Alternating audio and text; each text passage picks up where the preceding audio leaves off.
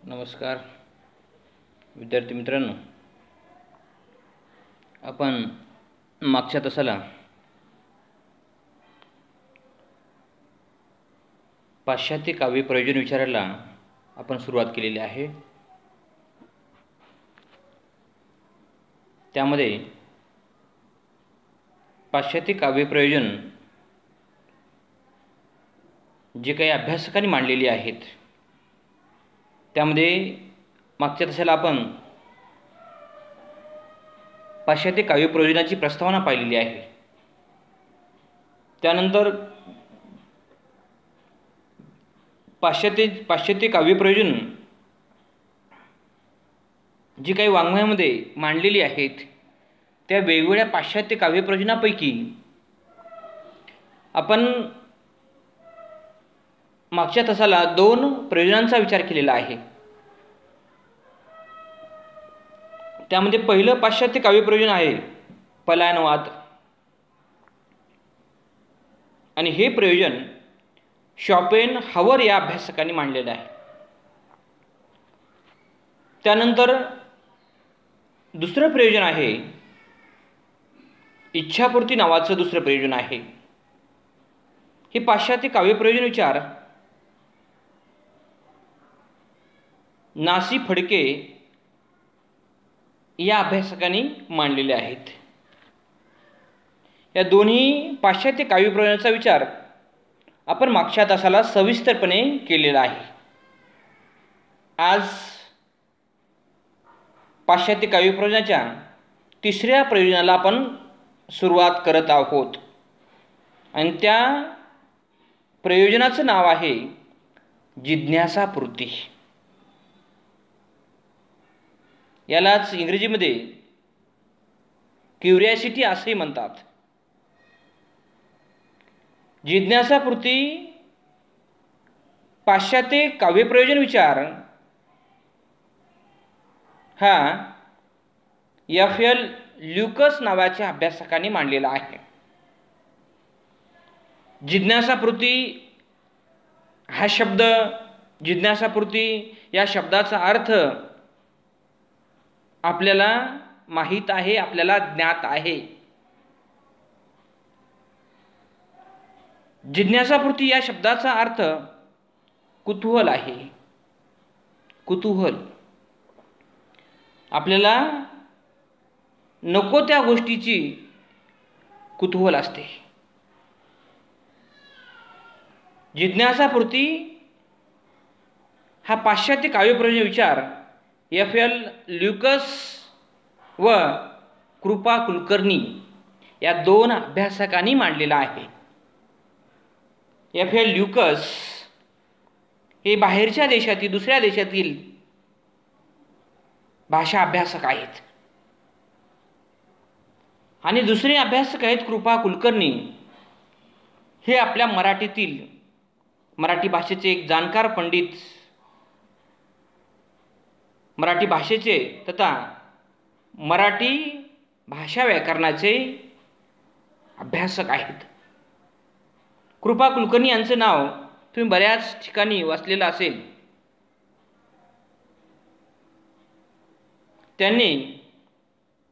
कृपा कुलकर्णी यांनी मराठी भाषा उद्गम आणि विकास नावाचा ग्रंथ त्यांनी लिहिलेला आहे। मराठी भाषा उद्गम आणि विकास या ग्रंथामध्ये जिज्ञासापूर्ती या पाश्चात्य काव्य प्रयोजन विचाराची त्यांनी चर्चा केलेली आहे। म्हणून जिज्ञासापूर्ती हे पाश्चात्य काव्य प्रयोजन विचार एफ.एल. ल्यूकस व कृपा कुलकर्णी या 2 अभ्यासकांनी मांडलेला आहे। जिज्ञासापूर्ती पाश्चात्य काव्य प्रयोजनाचा विचार आपण जेव्हा करतो तेव्हा हे पाश्चात्य काव्य प्रयोजन विचार प्रत्येक माणसाच्या जीवनामध्ये ज्या काही दुर्दम्य इच्छाशक्ती आहेत, ज्या काही प्रबळ प्रेरणा आहेत, या वेगवेगळ्या प्रबळ प्रेरणापैकी जिज्ञासापूर्ती सुद्धा एक प्रेरणा आहे। माणसाच्या मनामध्ये इच्छाशक्ती इतकी प्रचंड असते, त्यासोबतच जिज्ञासापूर्ती सुद्धा असते। आपण एखाद्या व्यक्तीला किंवा एखाद्या लहान मुलाला आपण जर त्याला बोललं, अरे बाबा रे, तू त्याला हात लावू नकोस, त्या बाळाच्या मनामध्ये इतकी जिज्ञासावृत्ती जागृत झालेली असते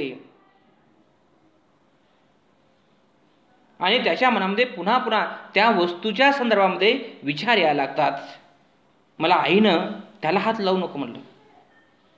तो त्या वेळापुरतं तेव्हा तो हात लावत नाही, त्याच्याकडे पाहत नाही, पण आई वडिलांच्या परस्पर तो त्या वस्तूला हात लावतोच 100%. एखादी गोष्ट करू नको म्हटलं की मुलं 100% करतात. अशा वेळी जिज्ञासा शक्ती निर्माण होते, जागृत होते, उद्भवते. आणि जिज्ञासावृत्ती म्हणजे काय? जाणून घेण्याची इच्छा. असे काही बरेच प्रश्न आहेत आपल्या मनामध्ये. ते प्रश्न जाणून घेण्यासाठी आपण सतत धडपड करत असतो. या पृथ्वीचा शोध कसा लागला, चंद्रावर माणूस कसा गेला, भूकंप कसा होतो, जमिनीच्या आत कोणकोणते थर आहेत, मानवाने अग्नीचा शोध कसा लावला, पेनाचा शोध कसा लागला, सायकलचा शोध कुणी लावला आणि कसा लावला, एरोप्लेनचा शोध कुणी लावला, असे अनेक प्रश्नाच्या मुळाशी जाण्याचा माणूस प्रयत्न करतो. ते संशोधन समजून घेण्याचा, जाणून घेण्याची प्रत्येक माणसाची इच्छा असते. आणि अशा प्रकारचे विचार हे साहित्याच्या माध्यमातून मांडले जातात, वाङ्मयामध्ये मांडले जातात. वेगवेगळे विषय, विज्ञान साहित्य आहे, विज्ञानामध्ये विज्ञानाच्या संदर्भामध्ये लिहिलं जातं. भूगोल आहे, भूगोलामध्ये भूगर्भ, जमिनीच्या आत कशा कशा प्रकारची रचना आहे, संरचना कशी आहे, आकाश आहे, खगोलशास्त्र आहे. यावर वेगवेगळे साहित्य, वेगवेगळे वाङ्मय, कथा, कादंबरी, अशा प्रकारचे वाङ्मय लिहिलं जातं मुलांना. आणि तो विषय, ती घटना वाङ्मयाच्या माध्यमातून समजून घेण्याचा प्रयत्न कोण करतो? वाचक करत असतो मुलांना. एखादी कादंबरी खगोलशास्त्रावर आलेली आहे. तर खगोलशास्त्री आपल्या महाराष्ट्रामधले जयंत नारळीकर आहेत. त्यांनी अनेक पुस्तकं लिहिलेली आहेत. जे त्यांनी संशोधन केलेले आहेत त्या संशोधनाला वाङ्मयाचं त्यांनी रूप दिलेलं आहे. वामन परत न आला, अशा प्रकारची विज्ञान कादंबरी आहे त्यांची. बृहस्पती नावाची कादंबरी आहे डॉक्टर जयंत नारळीकरांची. त्यांनी जे काही संशोधन केलं, त्यांनी जे पाहिलं, जे अनुभवलं, त्यांनी साहित्याच्या माध्यमातून त्यांनी लिहिलेलं आहे. आपल्याला माहीत आहे कोण कोण विज्ञान साहित्यिक आहेत, कोण कोण वैज्ञानिक आहेत. कल्पना चावला आहे, APJ अब्दुल कलाम आहेत. APJ अब्दुल कलाम यांनी जे काही संशोधन केलेलं आहे त्या संशोधनाच्या संदर्भामध्ये त्यांनी अग्निपंख नावाचं त्यांनी आत्मकथन लिहिलेलं आहे. त्या आत्मकथनामध्ये सगळं काही त्यांनी लिहून ठेवलेलं आहे. मग त्यांचं व्यक्तिमत्व, त्यांचं संशोधन, त्यांचं कार्य जेव्हा जेव्हा आपल्या मनामध्ये समजून घेण्याची, जाणून घेण्याची इच्छा तयार होते आणि तेव्हा जिज्ञासापूर्ती हे प्रयोजन तयार होतं मुलांना. आणि जेव्हा जेव्हा एखाद्या व्यक्तीच्या मनामध्ये वेगवेगळे प्रश्न तयार होतात आणि त्या प्रश्नाचा शोध, म्हणजेच त्या शोधाच्या मुळापर्यंत जाणे, लिहिणे, त्याला संशोधन म्हणतात, त्याला जिज्ञासापूर्ती म्हणतात. म्हणून जिज्ञासापूर्ती हे प्रयोजन एखादी गोष्ट जाणून घेण्याची इच्छा निर्माण करणार आहे. म्हणून हे प्रयोजन लेखकाला लागू पडतं आणि वाचकाला सुद्धा लागू पडतं. फक्त वाचकालाच लागू पडतं असं जर म्हटलं आपण, आणि हे प्रयोजन फक्त वाचकगत आहे असं जर आपण म्हणण्याचा प्रयत्न केला तर लेखकावर अन्याय करण्यासारखं होईल मुलांना. आणि लेखकानं जर नाही लिहिलं, जो काही रायटर आहे तो एखाद्या विषयावर तो लिहिलाच नाही, आपण कुठून वाचणार आहोत मुलांना? वाचणारच नाही ना. वाचक कोणावर अवलंबून आहे? वाचक लेखकावर अवलंबून आहे आणि लेखक वाचकावर अवलंबून आहे. आणि जो कोणी लेखक आहे तो वाङ्मय लिहित असेल आणि ते वाङ्मय वाचक जर वाचत असतील तर ते त्या लेखकाचं कौतुक होईल. मला लेखकाला सुद्धा प्रतिसाद मिळाला पाहिजे ना, लेखकाचं कौतुक केलं पाहिजे, लेखकाचं अभिनंदन करणारे सुद्धा माणसं असले पाहिजेत मुलांना. म्हणून जिज्ञासापूर्ती हे प्रयोजन लेखगतही आहे आणि वाचकगत सुद्धा आहे. असे अनेक प्रश्न आपल्या मनामध्ये निर्माण होत असतात. आता एक साधं उदाहरण आहे मुलांना. मानवी जीवनाच्या संदर्भामध्ये माणसाच्या मनामध्ये असे अगणित असंख्य हजारो प्रश्न आहेत मुलांना. मानवी जीवन कसं आहे, मानवी जीवनाची निर्मिती कशी झालेली आहे, पहिला मानव कधी जन्माला आला आणि तो कसा विकसित झाला, हे अशा प्रकारचे गूढ प्रश्न, या गूढ प्रश्नाची उकल साहित्यामध्ये लेखक करतात. आणि या प्रश्नाची सोडवणूक ही जिज्ञासापूर्ती बसूनच होत असते मुलांना. तुमची ही जिज्ञासापूर्ती ही एक प्रेरणा आहे, ही एक इच्छाशक्ती आहे, ही एक ऊर्जा आहे. आणि ही ऊर्जा, हे प्रयोजन जोपर्यंत तुमच्यामध्ये मुरणार नाही तुम्ही सुद्धा वाचनाकडे वळणार नाही. अभ्यासाची सुद्धा जिज्ञासापूर्ती निर्माण झाली पाहिजे मुलांना, तरच तुम्हाला परीक्षेत चांगले मार्क पडतील. तेव्हाच तुम्ही स्पर्धा परीक्षा पास व्हाल, तेव्हा तुम्ही विद्यापीठाची परीक्षा पास व्हाल. आणि ही जी शक्ती, हे जे प्रयोजन तुमच्यामध्ये जोपर्यंत मुरणार नाही, जोपर्यंत फुलणार नाही, जोपर्यंत डेव्हलप होणार नाही, तुमच्या सुद्धा हाती काहीच लागणार नाही. माणसाकडे जिज्ञासापूर्ती जेवढी अधिक तेवढा रस अधिक प्रमाणामध्ये निर्माण होतो. जिज्ञासापूर्ती असेल तर तुम्ही सामाजिक वाङ्मय वाचाल, विज्ञान वाचाल, अशा प्रकारची जनवादी साहित्य वाचाल, ग्रामीण साहित्य वाचाल, आंबेडकरी साहित्य वाचाल, तुम्ही मध्ययुगीन साहित्य वाचाल, संत वाङ्मय वाचाल तुम्ही.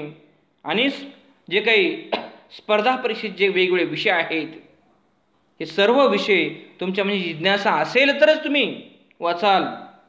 आणि तुम्ही वाचाल तर वाचाल, आणि जोपर्यंत तुम्ही वाचन करणार नाही तोपर्यंत तुम्हाला सुद्धा काही मिळणार नाही आणि रस सुद्धा निर्माण नाही.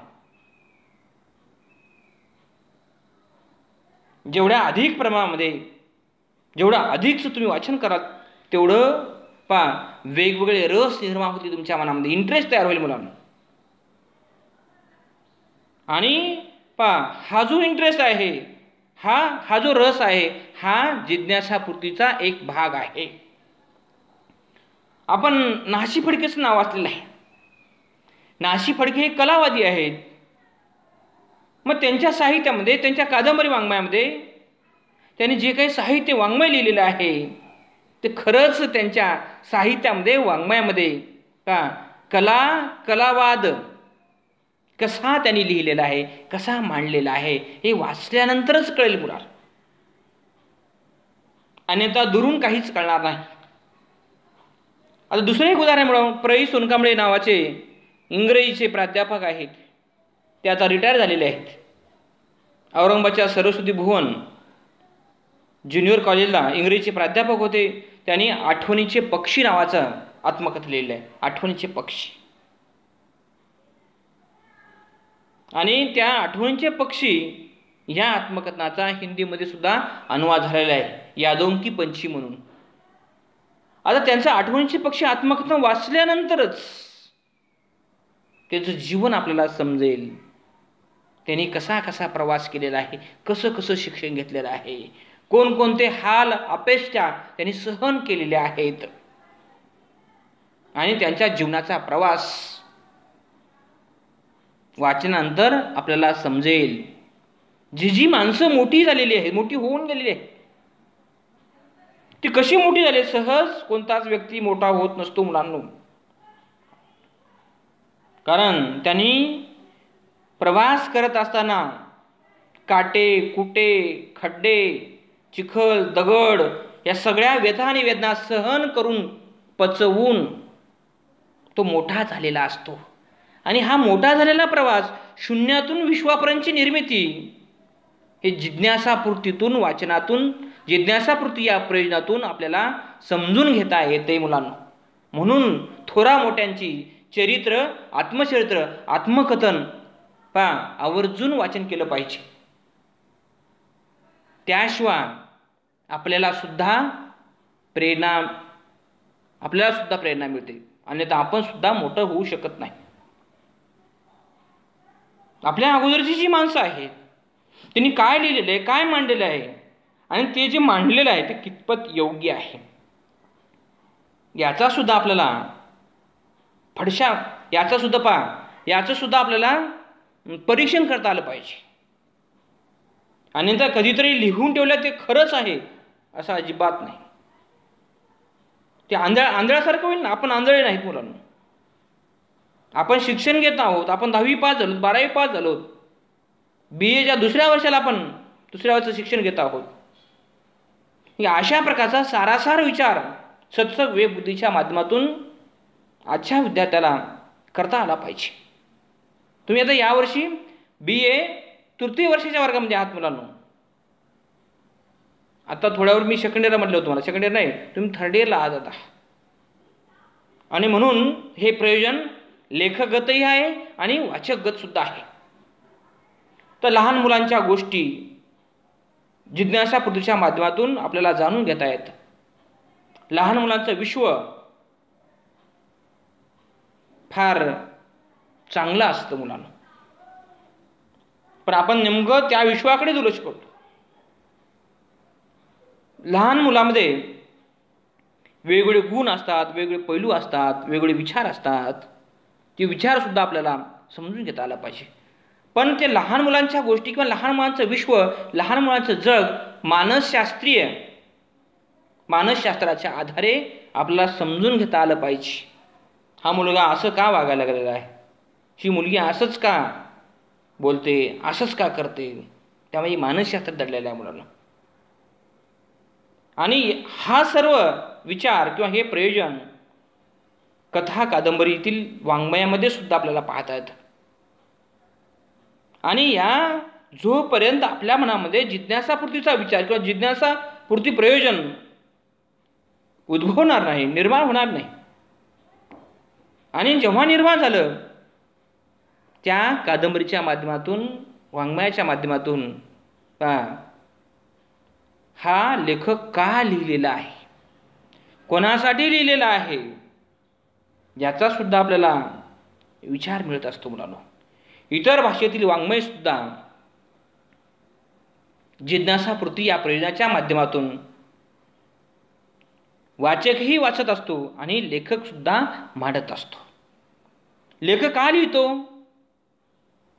त्याच्याही मनामध्ये, लेखकाच्या मनामध्ये एखादा विषय आहे, एखादा विषय त्याला जाणून घ्यायचा असतो, आणि तो जाणून घेत तो लिहित जातो, आणि त्यातून एक कलाकृती निर्माण होत असते मुलांना. कलाकृती निर्माण होत असते, आणि तो विषय समजून घेण्याचा प्रयत्न जेव्हा वाचक निर्माण करत असतो मुलांनो, आणि वाचक सुद्धा जिज्ञासापूर्तीतूनच वाचन करत असतो. म्हणून अशा प्रकारचं प्रयोजन जिज्ञासापूर्ती नावाचं प्रयोजन आहे. जिज्ञासापूर्ती हे प्रयोजन आपल्या मनामध्ये सतत रेंगाळत असते, ते आपल्याला कळत नाही. कधी जिज्ञासा मोबाईलच्या माध्यमातून निर्माण होत असते. आपणही मोबाईल घेतला पाहिजे, आपणही गाडी घेतली पाहिजे. आपण अगोदर काय करतो, दुसऱ्याचं पाहतो, दुसऱ्याचं जाणून घेतो, त्या गाडीविषयी, त्या वस्तूविषयी आपल्या मनामध्ये कुतूहल निर्माण होत असतं, आणि नंतर हळूहळू आपण त्या कुतूहलापोटीच त्या वस्तूला जाऊन स्पर्श करतो, आणि नंतर ती वस्तूच आपण खरेदी करतो. आणि घेतल्यानंतर वाटतं आपल्याला, अरे ह्याच्यात तर काहीच नाही. पण ते तयार करणं महत्त्वाचं आहे, आणणं महत्त्वाचं आहे, लिहिणं महत्त्वाचं आहे, वाचणं महत्त्वाचं. वाचल्यानंतरच कळेल ना. मग वाचल्यानंतर आपल्या मनातलं कुतूहल संपतं. अरे हा विषय असा आहे का, लेखकाने असं मांडलेलं आहे का, लेखकाने तसं लिहिलेलं आहे का, लेखकाने या विषयाला न्याय दिलेला आहे. अशा प्रकारचं समीक्षण आपल्याला ठामपणे मांडता येतं मुलांना. म्हणून जिज्ञासापूर्ती या प्रयोजनाचा विचार लेखकाच्याही मनात असतो आणि वाचकाच्याही मनात असतो. हे प्रयोजन लेखगत आणि वाचकगत दोघांच्याही बाजूने लागू पडणारं प्रयोजन आहे. त्यानंतर आपण चौथ्या प्रयोजनाचा विचार करणार आहोत. त्या प्रयोजनाचं नाव आहे आत्माविष्कार. आत्माविष्कार हे पाश्चात्य काव्यप्रयोजन विचार डॉक्टर ब्रॅडले या अभ्यासकांनी मांडलेलं आहे. आत्माविष्काराला इंग्रजीमध्ये सेल्फ एक्सप्रेशन असं म्हणतात. सेल्फ एक्सप्रेशन हे जे प्रयोजन आहे हे सुद्धा प्रयोजन वाचकाच्याही ठिकाणी आहे आणि लेखकाच्या सुद्धा ठिकाणी आहे. प्रत्येक माणसाला जीवन जगत असताना वेगवेगळे अनुभव त्याच्या वाट्याला येतात. लेखक ही सभोवताचं जग उघड्या डोळ्यांनी सताड पाहतो आणि वाचक सुद्धा पाहतो. लेखकाला आलेले अनुभव लेखक जे पाहिलेलं आहे, लेखक जे निरीक्षण केलेलं आहे ते लिहिणे म्हणजेच आत्माविष्कार. ते बोलून दाखवणे म्हणजेच आत्माविष्कार. आणि एखादा प्रसंग, एखादी घटना लेखकाला आणि व्यक्तीला इतकी अस्वस्थ करून सोडते. लेखक आणि व्यक्ती तो प्रसंग पाहून बेचैन होऊन जातो आणि त्याला लिहिल्याशिवाय समाधान वाटत नाही. आणि वाचकाला सुद्धा बोलून दाखवल्याशिवाय समाधान वाटत नाही. आणि बोलून दाखवण्यापेक्षा हे जे प्रयोजन आहे आत्माविष्कार, याला इंग्रजीत सेल्फ एक्सप्रेशन म्हणतात. आपल्या मनात जो काही विचार आहे, जी काही भावना आहे, जो काही प्रसंग आहे तो शब्दाच्या माध्यमातून वाक्यातून पुस्तकाच्या रूपामध्ये व्यक्त करणे, त्यालाच आत्माविष्कार म्हणतात. भावना आणि अनुभवांचा आविष्कार जेव्हा आपण लिहून मांडतो त्यालाच आत्माविष्कार म्हणतात. आणि लेखकाला काहीतरी सांगायचं असतं मुलांना. लेखकास काहीतरी सांगावयाचे असते म्हणून तो एखादी कादंबरी लिहित असतो मुलांना. म्हणून तो नाटक लिहितो, म्हणून तो कविता सुद्धा लिहितो. त्यालाच आत्माविष्कार म्हणतात. अशा काही गोष्टी आहेत, असे काही प्रसंग आहेत. ते प्रसंग लेखकाला इतके टोचतात, बोचतात. आणि तेव्हा अशा वेळी लेखक, साहित्यिक मनातल्या मनात तो विव्हळत असतो मुलांना. मनातल्या मनात तो रडत असतो आणि ते रडणं तो लिहिण्याच्या माध्यमातून हलकं करत असतो. म्हणून लिहिल्यामुळे त्यालाच आपण काय म्हणतो, आत्माविष्कार. त्या व्यक्तीच्या जीवनामध्ये अनेक चांगले वाईट अनुभव येतात. सामान्य माणसं बोलून दाखवतात आणि लेखक, साहित्यिक लोक लिहून दाखवतात. लिहिण्याला लेखी आविष्कार म्हणतात आणि सामान्य माणसं जे बोलून दाखवतात त्याला मौखिक आविष्कार म्हणतात. आपण लेखी आविष्काराचा विचार करत आहोत. आणि अशा प्रकारच्या वेगवेगळ्या आत्माविष्काराने लेखकास आनंद मिळतो.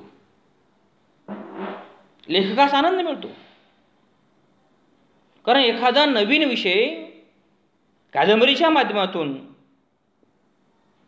कवितेच्या माध्यमातून, नाटकाच्या, आत्मकथाच्या माध्यमातून वाचकाच्या पर्यंत पोहोचल्यानंतर त्या लेखकाला इतका प्रचंड आनंद होतो. म्हणून आत्माविष्काराने लेखकास प्रचंड मोठा आनंद होतो. म्हणून साहित्य हे आत्माविष्कारासाठीच असते. जे जे आपल्याला माहीत आहे, जे जे आपल्याला अनुभव आलेला आहे ते पुस्तकाच्या माध्यमातून व्यक्त करणे त्यालाच आत्माविष्कार म्हणतात. आता आपल्याला अनेक उदाहरण घेता येईल. संत कवीचे अभंग आहेत. हे जे कवी आहेत, जे काही अभंग लिहिलेले आहेत, संत ज्ञानेश्वर असतील, संत नामदेव असतील, संत तुकाराम असतील, संत एकनाथ असतील, हे संत कवीचे जे अभंग आहेत हे आत्माविष्कार प्रयोजनाच्या माध्यमातूनच ते लिहिलेले आहेत, मांडलेले आहेत.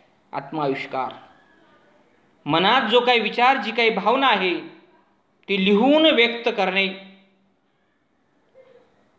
लेखनाच्या माध्यमातून मनात चाललेला वेगवेगळ्या विचारांचा कल्लोळ, तो चांगला असेल, तो वाईट असेल, तो समाजाच्या हिताचा असेल, तो लेखनाच्या माध्यमातून व्यक्त करणे त्यालाच आत्माविष्कार म्हणतात. आणखी बरेच आपला उदाहरण सांगतो. प्रणय गीते आहेत, भावगीते आहेत, इतर सर्व वाङ्मय, सर्वच वाङ्मय प्रकाराचा समावेश आत्माविष्कार या प्रयोजनामध्ये होतो. सर्वच वाङ्मय प्रकाराला आत्माविष्कार हे प्रयोजन लागू पडत असतं. आणि इतर सर्व वाङ्मय प्रकार यामध्ये येतात. म्हणून आत्माविष्कार हे प्रयोजन लेखकगत प्रयोजन आहे, वाचकगत नाही, लेखकगत प्रयोजन आहे. या वेगवेगळ्या माध्यमातून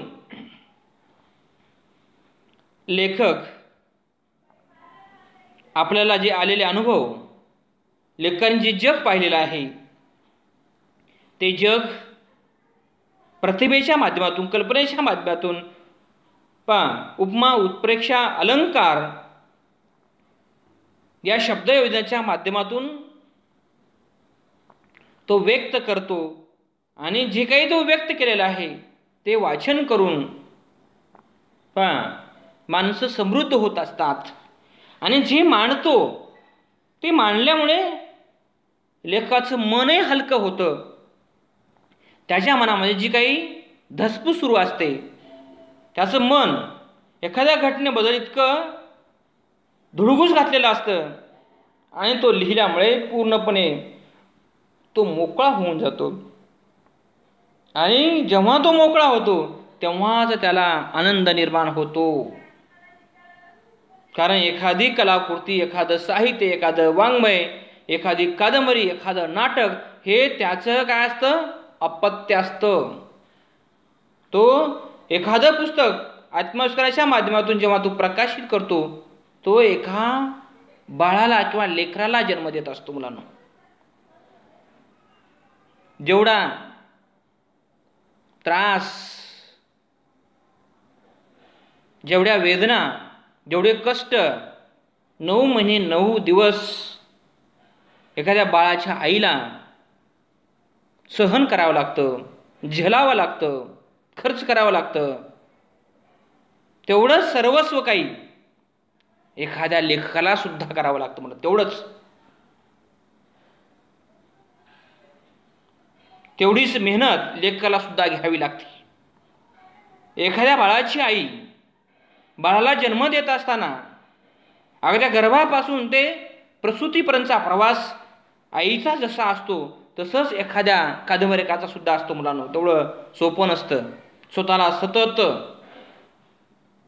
मनातल्या मनात खेळावं लागतं, मनातल्या मनात रडावं लागतं, अक्षरशः अश्रूसुद्धा वाहत असतात. मुलांना स्वतःचं रक्त रात्रंदिवस एखाद्या लेखकाला, साहित्यकाला आठवावं लागतं. जसं खवा आटतो ना, खवा, तसं कवीला, कादंबरीकाराला, नाटककाराला सुद्धा आठवावं लागतं. तेव्हाच कुठेतरी मुलांनो आत्माविष्काराच्या माध्यमातून एक कादंबरी जन्माला येत असते. मुलांनो, तेवढी कादंबरी, कविता संग्रह किंवा कविता लिहिणं ही तेवढीशी सोपी प्रक्रिया नाही. आणि अशा प्रकारचं प्रयोजन हे लेखकगत किंवा लेखकाच्या बाजूने लागू पडणार आहे. आणि अशा या वेगवेगळ्या प्रयोजनाच्या माध्यमातून आपण आज काही प्रयोजनाचा विचार केलेला आहे. आणि त्यामध्ये आपण जिज्ञासापूर्ती हे एक प्रयोजन पाहिलेलं आहे. आणि त्यानंतर जिज्ञासापूर्ती पाहिल्यानंतर आपण आत्माविष्कार पाहिलं आणि आत्माविष्कारानंतर आपण उद्बोधन या प्रयोजनाचा विचार करणार आहोत मुलांनो. आज फक्त आपण 2च प्रयोजनाचा विचार केलेला आहे. जसं मागच्या भारतीय काव्यप्रयोजन विचारामध्ये मम्मटाच्या कारिकेमध्ये मम्मटाने जी 6 प्रयोजन सांगितलेले आहेत, भारतीय काव्यप्रयोजन 6 प्रयोजन सांगितलेले आहेत, त्याच पद्धतीने पाश्चात्य काव्यप्रयोजन सुद्धा आहेत आणि त्या प्रयोजनाचा विचार आपण पुढच्या तासाला करणार आहोत. पहिलं प्रयोजन पाहिलेलं आपण पलायनवाद, दुसरं इच्छापूर्ती, तिसरं जे प्रयोजन पाहिलेलं आपण 3 क्रमांक जिज्ञासापूर्ती, पलायनवाद, इच्छापूर्ती, जिज्ञासापूर्ती आणि आत्ता जे आपण प्रयोजन पाहिलेलं आहे आत्माविष्कार हे प्रयोजन पाहिलेलं आहे. असे 4 प्रयोजन आपण आतापर्यंत आपण पाहिलेले आहेत. मुलांनो, ही जी काही वेगवेगळी पाश्चात्य काव्यप्रयोजन आहेत ही पाश्चात्य काव्यप्रयोजन विचार कोणी मांडलेला आहे. यदा कदाचित अशी जर परिस्थिती निर्माण झाली, शेवटपर्यंत अशीच राहिली आणि तेव्हा मात्र शेवटी विद्यापीठाला ऑनलाईन MCQ घ्यावी लागणार आहे